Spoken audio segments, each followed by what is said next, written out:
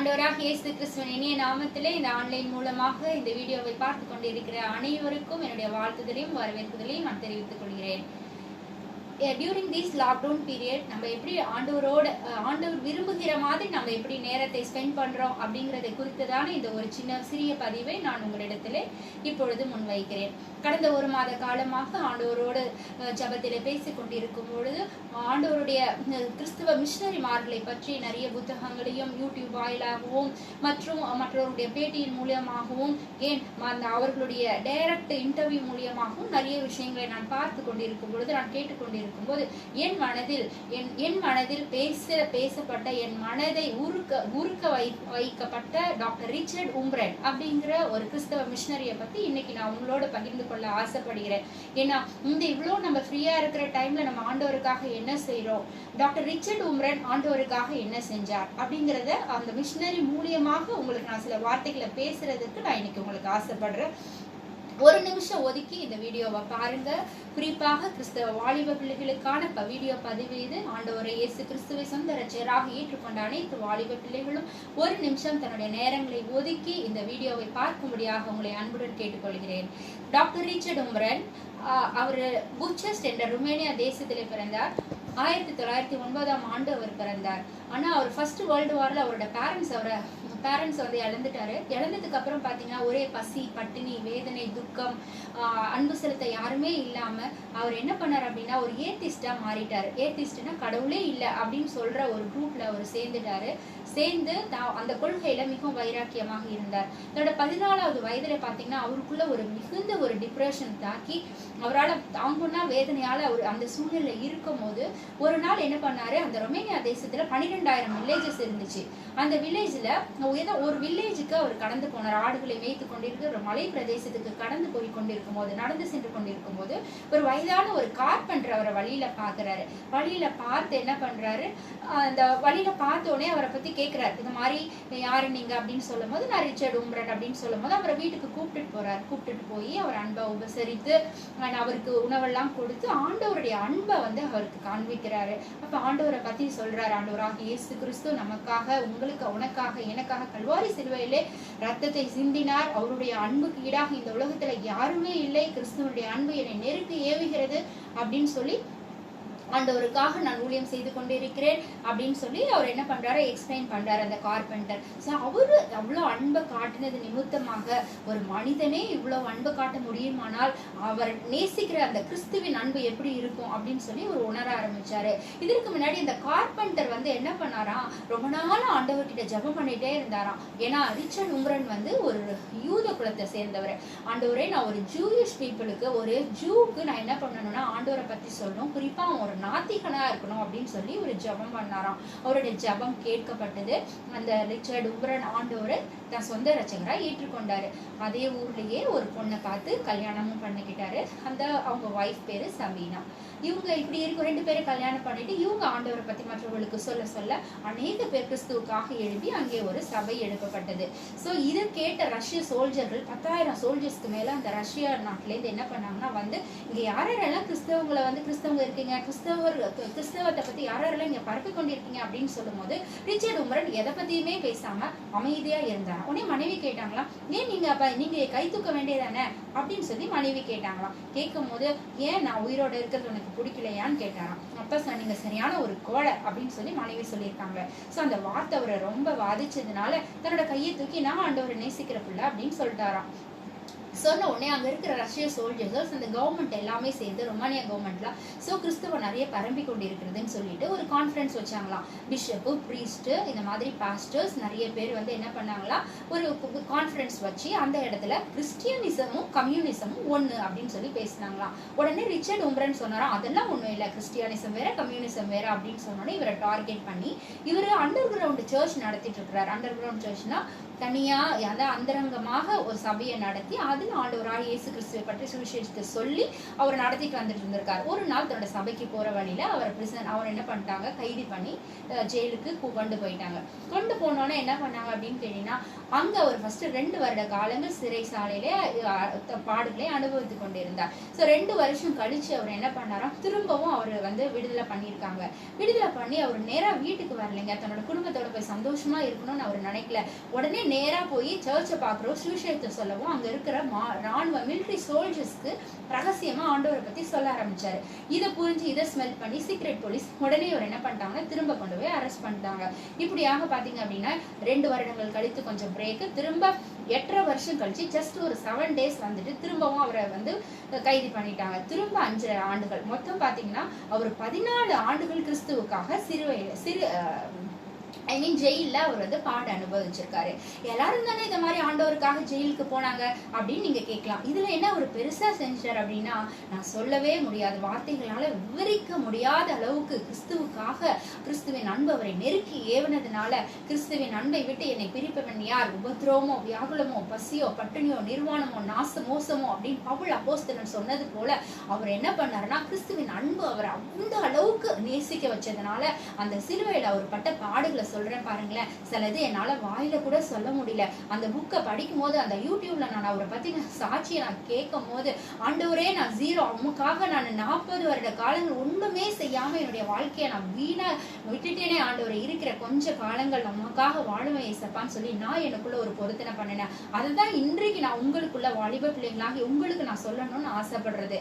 ஏன்னா அவரு அந்த 14 வருஷத்துல பாத்தீங்கன்னா நம்ம நினைக்கிற மாதிரி புலன் சிறை மாதிரி இருக்காதுங்க. நல்ல சொபிஸ்டிகேட்டட் ரூமோ நல்ல சாப்பாடும் கிடையாதுங்க. அப்படி எப்படி இருந்தார் அப்படின்னு கேட்டீங்கன்னா, கிரவுண்ட், அதாவது சிறை பூமியை குடைஞ்சி அதுக்குள்ள அண்டர் கிரவுண்ட்ல ஒரு 12 ஃபீட்டுக்கு கீழே ஒரு இருட்டு அறையில அவரை வச்சிருந்தாங்களாம். அங்க பாத்தீங்கன்னா சன் கிடையாது, மூன் கிடையாது, ஸ்டார்ஸ் கிடையாது, நேச்சர் கிடையாது, பேர்ட்ஸ் விஸ்பரிங் சவுண்டு கிடையாது, ஹியூமன் பீயிங்கோட சவுண்டு இல்ல, புக்கு கிடையாது, பேனா கிடையாது, அவர் பேசுறதுக்கு அங்க யாருமே கிடையாதுங்க. ஒரே இருட்டு மட்டும்தான். அவரோடு இருந்த 2 என்ன தெரியுங்களா, சிறைச்சாலை பிரிசனரும் அவர் பட்ட பாடுகளும் தான் அந்த ரூம்ல. இப்படியாக பாத்தீங்கன்னா அந்த 14 வருட காலங்கள், இதுல 8.5 வருட காலம் அவர் உயிரோட இருக்காரா இல்லையானே தெரியல. ஏன்னா இவர் 2 சபைக்கு அபிஷேகம் பண்ணப்பட்டு ஆங்கிலிக்கல் சர்ச்சுக்கும் லூத்ரன் சர்ச்சுக்கு இவர் பாஸ்டரா இருந்தார் இவரை சிறைப்படுத்திட்டு போகும்போது.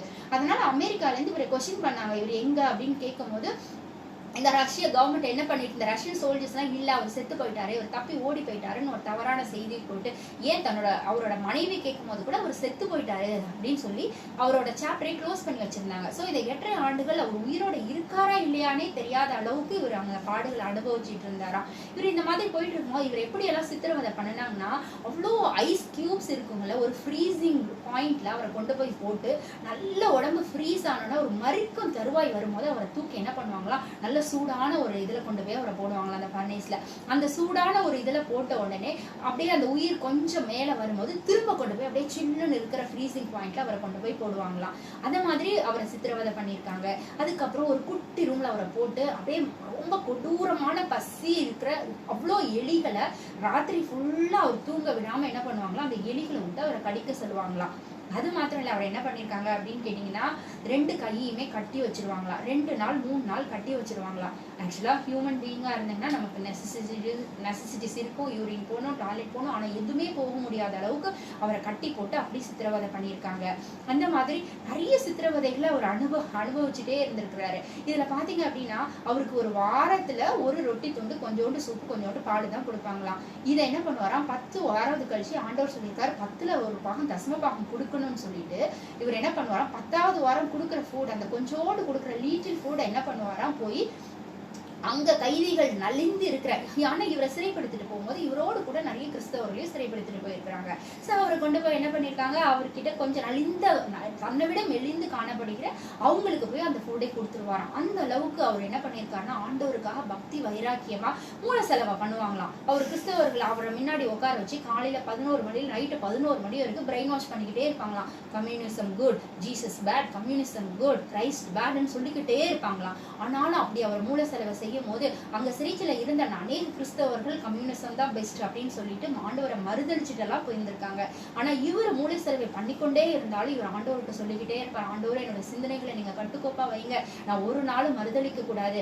1 மணி நேரம் 2 மணி நேரம் 3 மணி நேரம் 4 மணி நேரம் 5 மணி நேரம் அவர்கிட்ட அவ்வளோ சொல்லுவாங்க. ஆனாலும் அவர் ஒரு நாளும் எதுவுமே ஆண்டவரை விட்டு கொடுக்காம அவர் சொன்ன ஒரே வார்த்தை, I can do all things through Christ who strengthen me, என்னை பலப்படுத்துகிற கிறிஸ்துவினால எல்லாவற்றையும் செய்ய எனக்கு பலன் உண்டுன்னு சொல்லி அந்த ஒரு வார்த்தையை மட்டும்தான் 14 வருஷம் இந்த சிறையில இருந்து ஆண்டவரோட அவர் போராடி போராடி ஆண்டவர்கிட்ட ஒரு நாள் ரொம்ப டிப்ரெஸ்ட் ஆகி ஆண்டவர்கிட்ட பேசும்போது, ஆண்டவரே இங்க சுத்தி யாருமே இல்லை, இன்னைக்கு நான் வந்து இந்த could you speak to me tonight, his sheep hears his voice அப்படின்னு சொல்லி நீங்க சொல்லியிருக்கீங்களே, ஆடுகள் மேய்ப்பரின் சத்தத்தை கேட்கும், ஆண்டவரே நீங்க இன்னைக்கு ராத்திரி என் கூட பேசணும்னு சொல்லும் போது ஆண்டவர் இவரு நினைத்தார் அன்பான வார்த்தைகளை கொண்டு ஆண்டவர் என்னை தேற்றுவாருன்னு.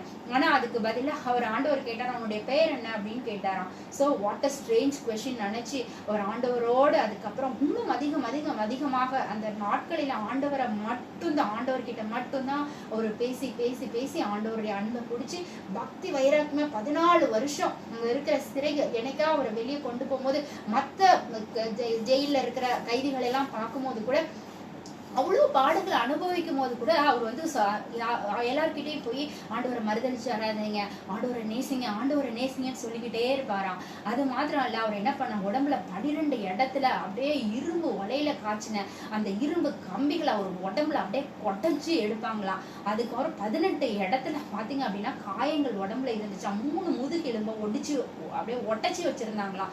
இப்படியாக சித்திரவதை பண்ணாங்க. அதை விட சொல்ல முடியாத ஒரு கொடுமை என்ன தெரியுமாங்க, சிலுவையில அவரை கட்டி வச்சு அதை கீழே அவரை போட்டு படுக்க வச்சுட்டு அங்க இருக்கிற கைதிகளை அவருடைய முகத்திலையும் உடம்புலையும் மனிதனுடைய மலத்தையும் சிறுநீரையும் கழிக்க வச்சாங்களாம். ஒரு நிமிஷம் இதெல்லாம் நம்ம நினைச்சு பார்ப்போமே, யாராவது மூஞ்சில துப்பினாலே நமக்கு வந்து அவங்களை ஓங்கி போய் நான் இழுக்கணும் போல ஆத்திரம் வரும். ஆனா இவ்வளவு சித்திரவதைக்கு உண்டாகி, அது இல்லாம நீங்களாம் கிறிஸ்தவர்கள்லாம் கம்யூனியன் எடுப்பீங்கல்ல, பிரெட்டும் வைனும், அதனால அதுக்கு பதிலாக மலமும் சிறுநீரும் நீங்க சாப்பிடுங்கன்னு சொல்லி ஃபோர்ஸ் பண்ணி அவங்களை செய்ய சொன்னாங்களாம். அது மாத்திரம் இல்ல, கொஞ்ச காலங்கள் அவரோட மனைவியும் சிறை பிடித்துட்டு போயிருக்காங்க.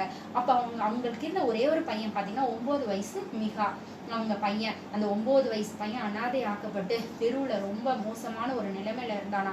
ஒரு நாள் தன்னோட அம்மாவை பார்க்க ஓடி வந்திருக்கான் ஜெயிலுக்கு. அப்ப அங்க ஜெயில அவங்க அம்மா வந்து நிற்கும் போது அவனால அவங்க அம்மாவை அடையாளமே கண்டு கொள்ள முடியலையா. அந்த அளவுக்கு அவங்க அம்மா மெலிஞ்சு போய், ஏன்னா அவங்க என்ன பண்ணுவாங்கன்னா பூமிக்கு அடியில கால்வாயை நோண்டி அந்த கால்வாய் வேலையெல்லாம் செய்ய சொல்லுவாங்கன்னா சாப்பாடு கொடுக்க மாட்டாங்க. பசியில எலியும் பாம்பியும் பிடிச்சி இவங்க சாப்பிட்டுருக்காங்க. அதுவும் இல்லாம அங்க இருக்கிற பிரிசனர்ஸ், அங்க இருக்கிற ஜெயிலர்ஸ், சூப்பரிண்டெண்டன்ட் ஆஃப் ஜெயில் இவங்கெல்லாம் என்ன பண்ணாங்கன்னா லேடிஸ் எல்லாம் கூப்பிட்டு உடம்புல எல்லாம் தண்ணியை தெளிச்சு அதை பார்த்து ரசிக்கிறதும், அநேக பெண்கள் ரேப் பண்ணப்படுறதுமா இப்படியாக அந்த ஜெயில இது பண்ணியிருக்காங்க. அந்த பையன் வந்து அவங்க அம்மாவை தேடி வரும்போது அப்ப கூட அவங்க அம்மா கடைசி சொன்னாங்க, ஆண்டவரை மட்டும் விட்டுறாத தம்பி, ஆண்டவரை நேசி தம்பின்னு அந்த சூழ்நிலையை சொல்லும் போதும் அந்த 9 வயசு பையன் மனம் திருந்தான். இவ்வளோ குடும்பப்படுத்தியும் தன்னோட அம்மா இந்த ஆண்டவரை இவ்வளவு விடாம இருக்கிறாங்கன்னா அவங்க அந்த ஆண்டவர் நமக்காக சிலுவையில சிந்தின அப்ப அந்த ஆண்டவர் உண்மையான கடவுள்னு சொல்லி அவன் ஆண்டவரை நேசிக்க ஆரம்பிச்சானா. இப்படியாக அந்த பையனும் ஆண்டவரை நேசிக்கிறதுக்கு அவங்க அம்மாவும் அப்பாவும் காரணமா இருந்திருக்காங்க. ஸோ இப்படி 14 வருஷம் ஆண்டவருக்காக அவ்வளவு சித்திரவதைப்பட்டவரை 25,000 பவுண்டு கொடுத்து இவர் உயிரோடு இருக்கிறார் என்பதை அறிந்து 2 ஸ்தாபனங்கள் அவரை வந்து விடுதலை பண்ணியிருக்காங்க.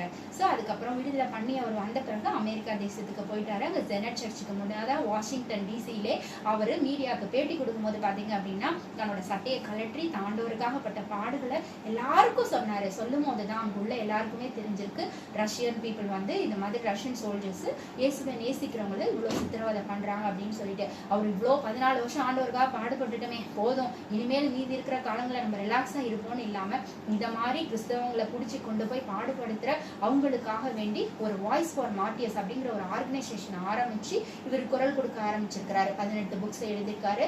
மீதி ருமேனியா தேசத்தை அவங்க மொழியில நிறைய புக்ஸ் எழுதியிருக்காரு. இவர் எழுதின ரொம்ப பிரசித்தமான ஒரு புக் என்னன்னா டார்ச்சர்ட் ஃபார் கிரைஸ்ட் அப்படின்னு சொல்லிட்டு ஒரு புக் வந்து பாடுகளிலே பரம வெற்றி அப்படின்னு ஒரு புக்கு ரொம்ப பாப்புலரா இருக்குது. நீங்க கண்டிப்பா அந்த புக்கை வாங்கி படிங்க, இல்லை யூடியூப்ல பாருங்க.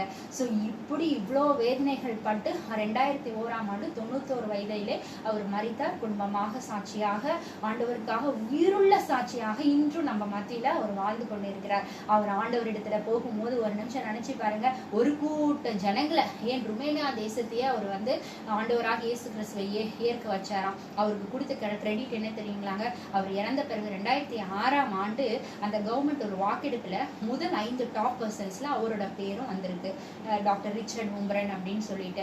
அந்த அளவுக்கு ஆண்டவர் அவருக்கு கனத்தை கொடுத்திருக்காரு. பூலோகத்துல மாத்திர கனத்தை கொடுக்கல, அவர் பரலோகத்திற்கு மரித்து அவருடைய ஆத்மா ஆண்டவரை நோக்கி போகும்போது ஆண்டவர் தன்னுடைய இரு கரத்தையும் நீட்டி, மகனே என்னுடைய சந்தோஷத்தில் நீ வந்து பிரவேசி அப்படின்னு சொல்லி அவர் ஆண்டவரை அணைச்சி தன்னோட மார்பிளை சாய்த்து கொள்ளுவார். மகனே மகளே, அருமையான வாலிப பிள்ளையே, இதை கேட்கிற ஒவ்வொருவரும் ஒரு நிமிஷம் யோசித்து பாருங்கள். நம்மளுடைய நிலைமை இன்றைய சூழலில் நம்முடைய இந்த காலகட்டத்தில் நம்முடைய வாழ்க்கை எப்படி போய் கொண்டிருக்கிறது? இந்த 3 மாசம் நம்ம எவ்வளவு நேரம் பைபிள் படிச்சோம்? இந்த 3 மாசம் எவ்வளவு நேரம் நம்ம ஆண்டவரோட ஜெபித்தோம்? நமக்காக மட்டும் இல்ல, தேசமே கொந்தளித்து கொண்டு இருக்கிறது. COVID-19 பாத்தீங்க அப்படின்னா உலகமே, தேசம் சொல்ற உலகமே பாத்தீங்கன்னா எல்லா நாடுகளும் எவ்வளவு பெரிய டெக்னாலஜி, எவ்வளவு பெரிய கவர்மெண்ட், யாராலையும் ஒண்ணுமே செய்ய முடியலங்க. ஏன்னா ஆண்டவர் அனுப்பின ஒரு கொள்ளை நோய். ஆண்டவருடைய வருகை மிகவும் சமீபம் என்பதற்கு இது ஒரு உதாரணம். பைபிளிலே மத்தேயு 24 சொல்லப்பட்டது போல, என்னுடைய வருகை சமீபமா இருக்கும் போது சீஷர்கள் கேட்கிறார்கள், அதற்கு என்ன அடையாளம் என்று கேட்டபொழுது அவர் சொல்றார், கொள்ளை நோய், பூகம்பம், பஞ்சம், இதெல்லாம் வரும், 8 கிளிகளின் படையெடுப்பு. சோ நம்ம எல்லாருமே பைபிள்ல போட்டிருக்க மாதிரி நம்ம பாக்குறோம். இப்ப எல்லாமே நடந்து கொண்டே இருக்குது. ஒரு பக்கம் கொள்ளை நோய், ஒரு பக்கம் பஞ்சம், ஒரு பக்கம் அரைவல் ஆஃப் லோக்கஸ்ட், ஒரு பக்கம் ஃபெமைன், இப்படியா நேச்சுரல் டிசாஸ்டர்ஸ், இயற்கையின் பேரழிவுகள் ஒரு பக்கம், மக்கள் அப்படியே குவியலாக செத்து கொண்டு மாண்டு கொண்டிருக்க, ஹாஸ்பிட்டல்ஸ்ல எங்க பார்த்தாலும் ஒரே மரண ஓலம். பெற்றோரை பிரிந்து, ஊற்றாரை உணர்ந்து, கணவரை பிரிந்து, மனைவியை பிரிந்து, பிள்ளைகளை பிரிந்து, மக்கள் மரண ஓலத்தில் அலறி கொண்டிருக்கிறார்கள். நாம் ஆண்டவருக்கு என்ன செய்கிறோம்? நாம் பிறக்கும் போது ஒண்ணுத்துமே கொண்டு வரல, போறப்பையும் நம்ம கொண்டு போறதில்ல. நம்ம ஆண்டவர் கிட்ட போகும்போது நம்ம இறந்ததுக்கு அப்புறம் கிறிஸ்தவர்களாக நமக்கு மாத்திரமே தெரியும், இதற்கு பின்னாடி ஒரு வாழ்க்கை நமக்கு உண்டு. அதனால நமக்கு மட்டும்தான் தெரியும். அந்த இதுல நம்ம ஆண்டவருக்கு என்ன செஞ்சோமோ அது மட்டும்தான் நம்மளோட கூட வரும். முதலாவது 2 விஷயம் மட்டும்தாங்க இந்த உலகத்தை நமக்கு நிரந்தரமானது. ஒண்ணு, ஆண்டவரை நேசிச்சு அவரோட நித்திய ஜீவனை நாம் சுதந்திரித்துக் கொள்ளணும். 2வது, அவருக்காக ஒரு கூட்ட ஜனத்தை நம்ம ஆயத்தப்படுத்தணும். இதை தவிர வீண் அலங்காரம், பொருள் மேல, பொண்ணு மேல, அதை மேல, உலகத்து மக்கள் மேல ஆசையை வச்சு தேவையில்லாம இச்சைகளில போய் விழுந்து தன்னுடைய வாழ்க்கையை கெடுத்து கொண்டிருக்கிற எத்தனையோ வாலிப பிள்ளைகளை நாம் நியூஸ்ல பார்க்கும்போது மனசு அவ்வளோ வேதனையா இருக்குது. ஆண்டவரே, இந்த ஜனங்களை மீட்க மாட்டீரான்னு சொல்லி தேசங்கள் கொந்தளித்து கொண்டு இருக்கிறது. நாம் இந்த 3 மாத காலங்களில் எவ்வளவு நாள் நாம் ஆண்டவரிடத்துல ஜெபித்தோம். வாலிப பிள்ளைகளாகிய நாம் வாரத்திற்கு ஒரு முறை கட்டாயமாக உபவாசம் இருந்து, ஃபாஸ்டிங் இருந்து, ஆண்டவரே இந்த தேசத்தை ரட்சியம் சொல்லி நம்மளுடைய பொல்லாத ஜனங்கள், ஆண்டவர் சொல்றார், யாரையும் பார்த்து வெளியாளுங்களை சொல்லலைங்க, என் நாமம் தரிக்கப்பட்ட ஜனங்கள் அப்படின்னா நீங்களும் நானும் தான். நம்ம நாமம் தரிக்கப்பட்ட ஜனங்கள். நம்ம என்ன பண்ற பொல்லாத வழிகளெல்லாம் விட்டு தங்களை தாழ்த்தி நம்ம ஆண்டவரை நோக்கி என்னைக்கு ஜெபிக்கிறோமோ, வாலிப பிள்ளைகள் ஜல்லிக்கட்டுக்காக உலகத்துல அளவுக்கு போராடி வெற்றி பெறாங்க. ஆண்டவருக்காக ஏன் இந்த வாலிப பிள்ளைகள் எல்லாரும் யுனைட் ஆகி சேர்ந்து நம்ம ஏன் இந்த கொள்ளை நோயை விரட்டி அடிக்க முடியாது? நாம் ஜபத்துல இருந்தால், ஜபமே பிரேயர் பிரிங்ஸ் விக்டரி. நம்ம எவ்வளவு நேரம் ஜெபம் பண்றோம், எவ்வளவு நேரம் இந்த COVID-19க்காக இந்த மக்கள் பாடுறாங்களே, உங்களுக்கும் பாடுபடுறாங்களே, நீங்களும் நானும் இன்னைக்கு உயிரோட இருக்கிறதே ஆண்டவர் போட்ட பிச்சர் தான் நான் சொல்லுவேன். உலகத்துல எத்தனை குடும்பங்கள் தவித்துக் கொண்டு இருக்குது. ஆனா இன்னைக்கு நீங்களும் நானும் நல்லா இருக்கும், சஃபிஸ்டிகேட்டடா இருக்கும். 3 நேரம் சாப்பாடு, நல்ல உடை, நல்ல உடுக்கு. இதுலயும் நம்ம பாருங்க, பெற்றோர்கிட்ட சண்டை போட்டுக்கிட்டு எனக்கு அது இல்ல, இது இல்ல, அந்த கவலை, இந்த கவலை. ஒரு சின்ன விஷயம் வந்துட்டா கூட உடனே நம்ம முறுமுறுத்து ஆண்டவர் இல்ல, கடவுள் இல்ல, என்னை பாக்குறாரு, அவருக்கு கண்ணு இல்ல, காது இல்ல. டாக்டர் ரிச்சர்ட் உம்பரன் உதாரணத்துக்கு நான் ஏன் சொன்னேன் அப்படின்னா, 14 வருஷம் ஆண்டவர் அவருக்கு எதையுமே கொடுக்கல, குடும்பத்தை கொடுத்த ஒரு பையனையும் பிரிச்சுட்டாரு, அவருக்கு எதுவுமே தரல. 14 வருஷம் அந்த 4 ரூம், அந்த இத்தனோண்டு ரூம்குள்ள 14 வருஷம் இருந்தாருங்க. ஒரு நிமிஷம் நினைச்சு பாருங்க, நீங்களும் நானும் ஆண்டவருக்காக என்ன செஞ்சுட்டு இருக்கிறோம்? முட்டி போட்டு நம்ம மத்த தேசத்துக்காக, மத்தவங்களுக்காக, யோபு தன்னுடைய சிநேகிதர்களுக்காக ஜெபம் பண்ணான், அவனுடைய சிறையிருப்பை ஆண்டவர் திருப்பினாரு. நம்ம என்ன பண்றோம்? நம்ம தேசத்துக்காக ஜெபிக்கிறோமா? ஏன் நமக்காக நம்ம ஜெபிக்கிறோமா? இல்ல ஆண்டவரோ கிட்ட நம்ம உறவு எப்படி இருக்குது? நம்ம குடும்பத்துக்காக ஜெபிக்கிறோமா? நம்மளுடைய ரிலேஷன்ஸ்க்காக ஜெபிக்கிறோமா? நம்ம ஆண்டவர், ஒருவேளை நம்ம ஆண்டவர் கிட்ட பரிசுத்தமா இருந்து அவருடைய வருகைக்கு அப்ப நம்ம எடுத்துக்கொள்ளும் போது, நம்ம நேசிக்கிற நம்ம பெற்றோர் எடுத்துக்கொள்ளாம போய்விட்டா, நம்ம நேசிக்கிற நம்ம ஃப்ரெண்ட்ஸ் வராம போயிட்டா, எத்தனை ஃப்ரெண்ட்ஸுக்கு நம்ம பாய்ஸ், எஸ்பெஷலி யூத் பாய்ஸ், உங்களோட ஃப்ரெண்ட்ஸுக்கு எத்தனை பேருக்கு போய் ஆண்டவரை பத்தி சொல்லியிருக்கீங்க? கேர்ள்ஸ் அக்கம் பக்கத்துல இருக்கிற அக்கா கிட்ட மணிக்கணக்கா உட்காந்து மெஹந்தி டிசைன் கேட்கிறோம். டிவி ப்ரோக்ராம், ஏன் இந்த 3 மாசம் சர்ச்சையில ரொம்ப சந்தோஷமா ஆயிடுச்சு. 10 மணில இருந்து 1 மணி வரைக்கும், அப்பா ஞாயிற்றுக்கிழமையான இந்த 10 to 1 ப்ரோக்ராம் என்னால பார்க்கவே முடியல, இது நல்ல சான்ஸ்ன்னு சொல்லி 10 to 1 வரைக்கும் நம்ம உட்காந்து டிவியை பார்த்துட்டு இருக்கோமா? நிர்விசாரமா நம்ம இருந்தோம் அப்படின்னா கண்டிப்பா ஆண்டவர்கிட்ட ஒரு நாள் நம்ம கணக்கு ஒப்புவிச்சே ஆகணும். பைபிள்ல ஒரு வசனம் இருக்குது, பிரசங்கி 11:9.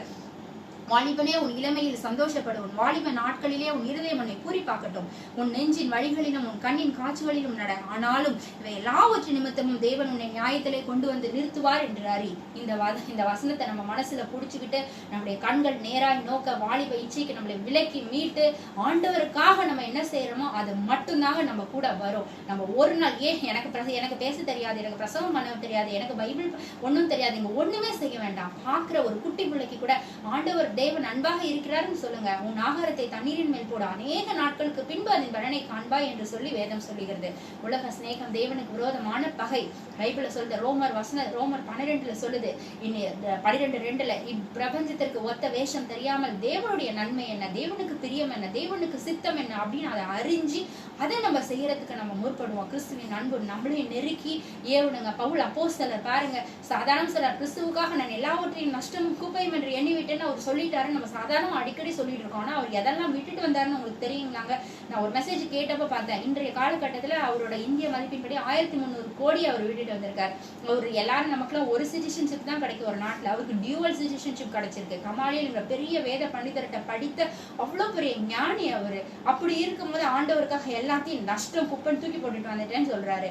சோ எபிரேயர் 11 அதிகாரம் முழுவதுமாக பாத்தீங்கன்னா பழைய ஏற்பாட்டு கால ஆண்டவர் ஏற்படுத்தின ஜனங்கள் சாட்சியாக இருந்திருக்காங்க. ஆனா இப்ப புதிய ஏற்பாட்டு காலத்துல வந்த டாக்டர் ரிச்சர்ட் உம்பரன் நமக்கு அவரை மாதிரி உள்ள எத்தனையோ மிஷனரிமார்கள் ஆண்டவருக்காக பாத்தீங்க அப்படின்னா அவ்வளவு சொபஸ்டிகேட்டான ஒரு லைஃப்ல இருந்து வந்த எத்தனையோ மிஷனரிமார்கள் ஆண்டவருக்காக தன்னுடைய ஜீவனையும் கொடுத்து ரத்த சாட்சியை மறுத்திருக்கிறார்கள். சோ அன்பார்ந்த வாலிப பிள்ளைகளே, சொல்லுவதற்கு கேட்பதற்கு உங்களுக்கு இது கடினமாக இருந்தாலும் இதுதான் உண்மை, இதுதான் சத்தியம்.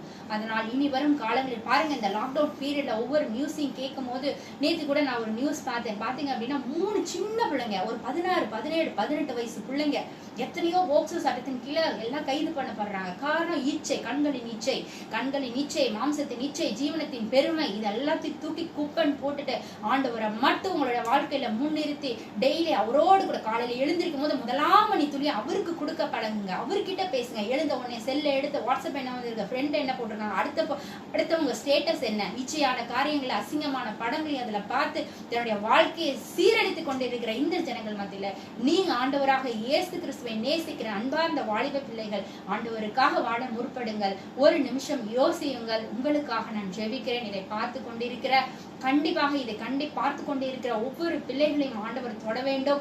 இன்றிலிருந்து ஒரு தீர்மானம் எடுங்கள். ஆண்டவரே, நான் உமக்காக இதுவரை ஒன்றும் செய்யவில்லை, போனது போகட்டும். இனிமேல் இருக்கிற காலங்களிலே ஆண்டவருடைய வருகை சமீபமாய் இருக்கிறதோ, ஆண்டவருடைய வருகை அவர் வருகிற நாள் இன்னதென்று நமக்கு தெரியாது. திருநர் வருகிற விதமாய் அவர் வருவார். சோ அவர் வரும் வரைக்கும் அவருக்காக நாம் ஒவ்வொரு நாளும் நம்மளுடைய குறிக்கோள் ஆண்டவரோடு ஜெபிக்கணும். ஆண்டவரோடு ஜெபிக்கும் போது, நம்ம ஆண்டவரை தேடும் போதே நம்முடைய வாழ்க்கையை டோட்டலா மாற ஆரம்பிச்சிடும். அவரு நம்மளை வழி நடத்தாக்கான அவருடைய வழிகள் கர்த்தருக்கு பிரியமா இருந்தால் அவனுடைய பாதைகள், அவனுடைய வழிகளை ஆண்டவர் செவைப்படுத்துவார்.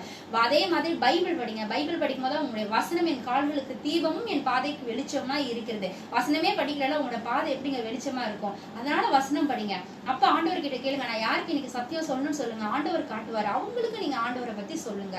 இப்படி எல்லாம் நம்ம கிறிஸ்துவுக்காக வாழ்ந்தாதான் இப்ப இந்த லாக்டவுன் பீரியட்ல நம்ம ஜெபிக்கலனா, இந்த லாக்டவுன் பீரியட் நம்ம வேதம் வாசிக்கலனா, இந்த லாக்டவுன் பீரியட்ல நம்ம சும்மா உட்கார்ந்து இருக்கிற காலத்துல நம்ம ஆண்டவரை தேடலனா, நான் அடிச்சு சொல்றேன், இதுக்கப்புறம் நம்ம ஆண்டவரை தேடவே மாட்டோம். இந்த லாக்டவுன் பீரியடுக்கு அப்புறம் உங்களை யோசிச்சு நிதானித்து பாருங்க.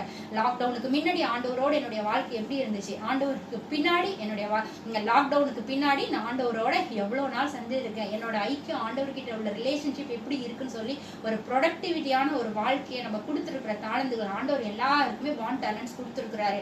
அதனால கொடுத்துருக்கிற தாளந்துகளை வைத்து நம்ம ஆண்டவருக்காக அதை மண்ணுல போட்டு புதைக்காம அந்த தாளந்துகளை நம்ம ஆண்டவருக்காக நாம் உபயோகப்படுத்துவோம். இதை நாம் கண்களை மூடி நாம் ஜெபிப்போம். அன்புள்ள இயேசுப்பா, இந்த நல்ல நேரத்திற்கு அவங்களுக்கு ஸ்தோத்திரிக்கிறோம். இந்த வீடியோவை பார்த்து கொண்டிருக்கிற ஆண்டவரே, யாரா இருந்தாலும் ஆண்டவரை நீ தொடும்பா. இந்த லாக்டவுன் பீரியட்ல ஆண்டவரை நீர் விரும்புகிற மாதிரி எங்களுடைய காலங்களை நாங்கள் யூஸ் பண்ண நீங்க உதவி செய்யுங்க. ஆண்டவரே, நல்ல ஞானத்தை தாங்கப்பா. ஆண்டவரே, நீங்க கிரியை செய்கிற தேவன் நீர். ஆண்டவரே, இம்மட்டமாக நீர் கொடுத்த அடியாளு கொடுத்த எல்லா கிருபைக்காக உமக்கு நன்றி. ஆண்டவரே, நீங்க கிரியை செய்யுங்க அப்பா. வாலிப பிள்ளையின் மனதை தொடுங்கப்பா. கேட்ட ஜபத்துக்கு பதிலை தாங்க. நான் இயேசு கிறிஸ்துவின் இனிய நாமத்தில் கேட்கிறோம் பரம்பிதாவே. ஆமென்.